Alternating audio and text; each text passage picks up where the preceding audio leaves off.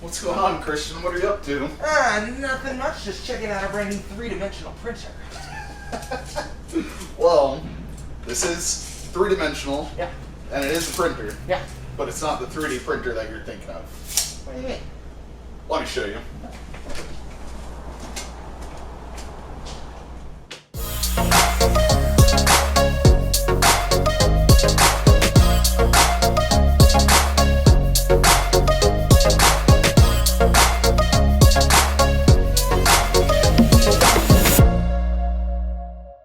Alright, looks like we lost Christian somewhere along the way.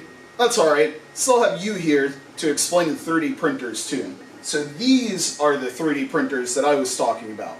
And in this video, we're going to take a deeper look into what goes into making these 3D objects.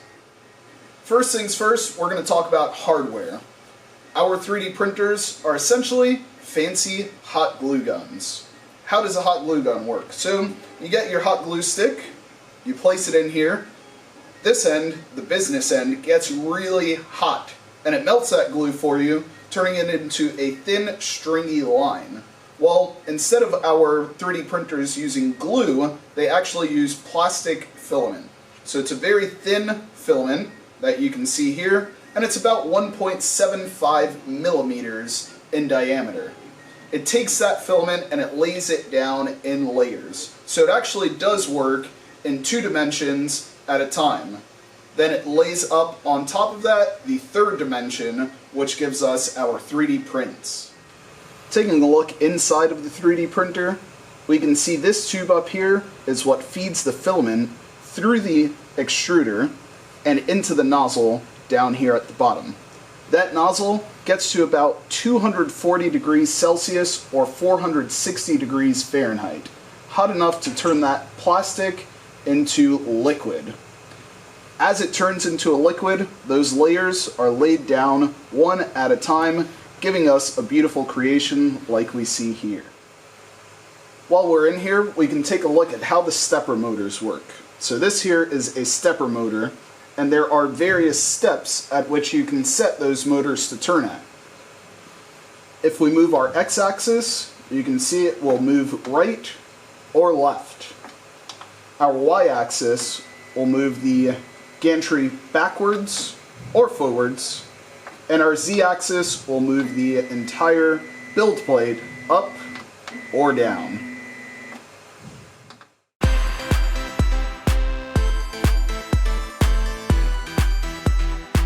Now that we have an understanding of the hardware side of the printer, we'll go take a look at what's inside of the final 3D prints, as well as the software side of things. So as promised, we're going to take a look inside of the 3D prints, and we're going to do that 2 ways. We're actually going to physically look inside of the prints, as well as looking at it on the computer in a virtual manner. So we're going to start by looking at the physical prints that we have here. So looking at these prints, we can see there is a grid-like pattern inside of them.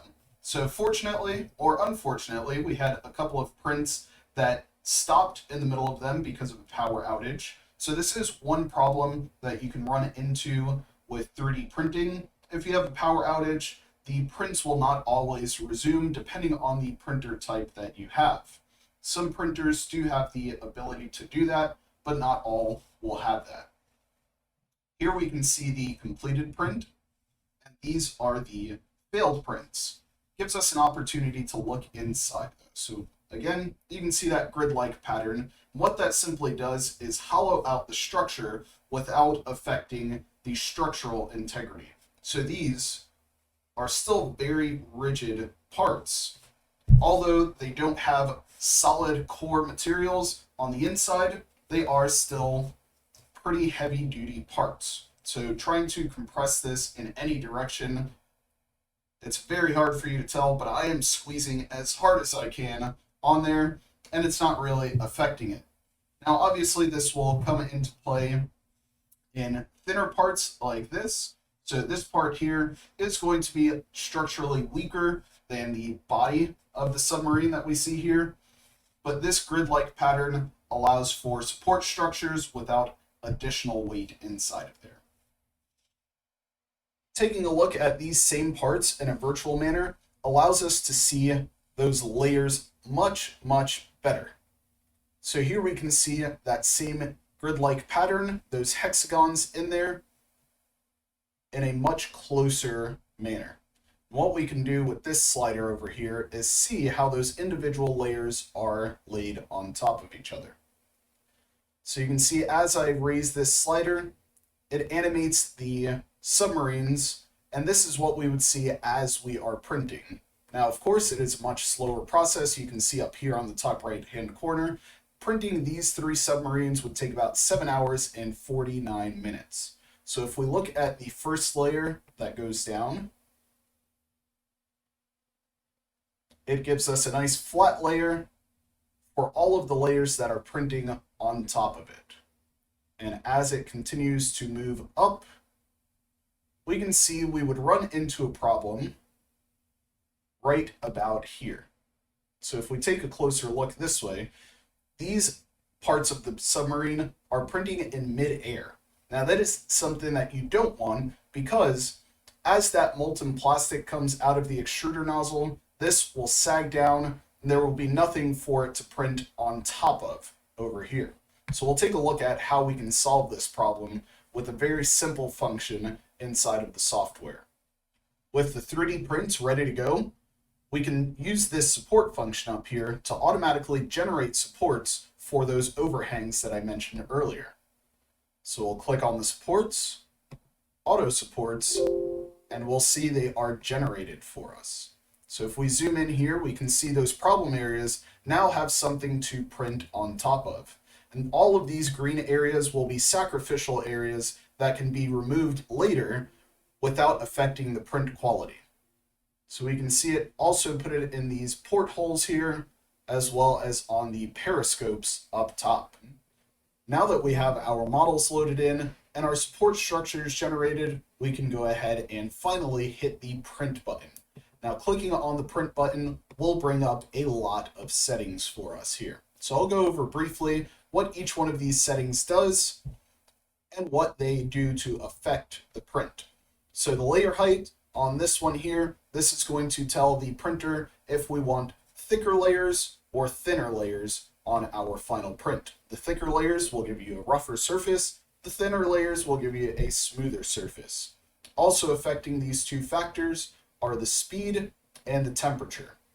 Depending on what type of material you're using, you're going to need to change the speed as well as the temperature, and there is a balance between all of this. The perimeter will tell us how many layers we want on the outside of the print to give us a very stiff perimeter or a very thin outside shell. The infill, as you guessed it, will affect the infill. If we increase the infill percentage, those hexagons inside will get smaller, and this will give us a much denser material. Our supports will affect the supports. We can adjust how fast those are printed. We can also adjust how close they are to the model. The further away they are, the more likely you are to remove them without damaging the print.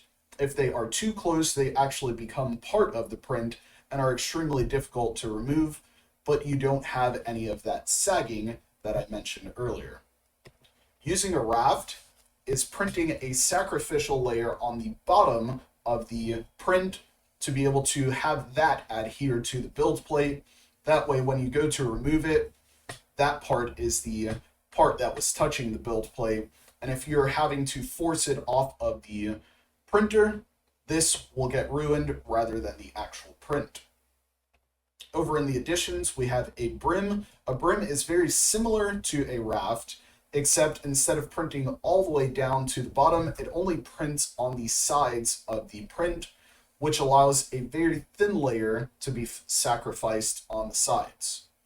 We can also affect the cooling of the print, and again, this will depend on the type of material that you are using. So you can have the fans on all the time, or you can change those fans to turn on at a predetermined height, or of course, you can just turn those fans off completely if your print needs to stay warm for the duration of the print.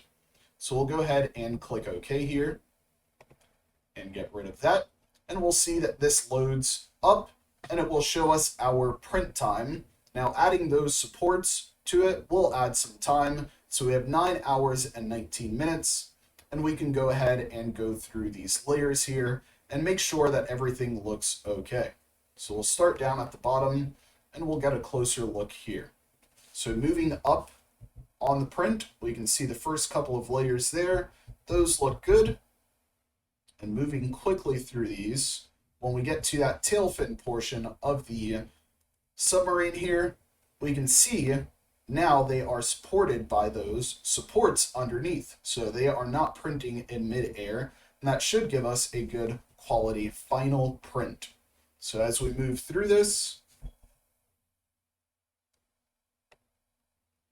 we can see everything is supported nicely. We have the periscopes up top, which needed a couple of supports as well.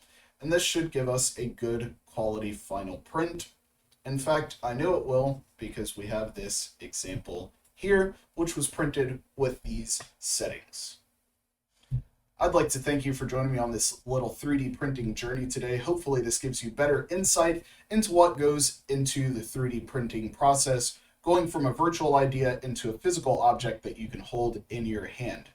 If you'd like to learn more about the actual design process that goes into prints, you can join us at one of our classes on the last Wednesday of every month, where we go into the design process and we learn how to create objects as well as being able to take something home of your very own. They are taught on the last Wednesday here at the Science Center by yours truly. Please check out our website for more information on that. Once again, I'd like to thank you for joining us today. I'm Chris from the Science Center, and we'll see you next time.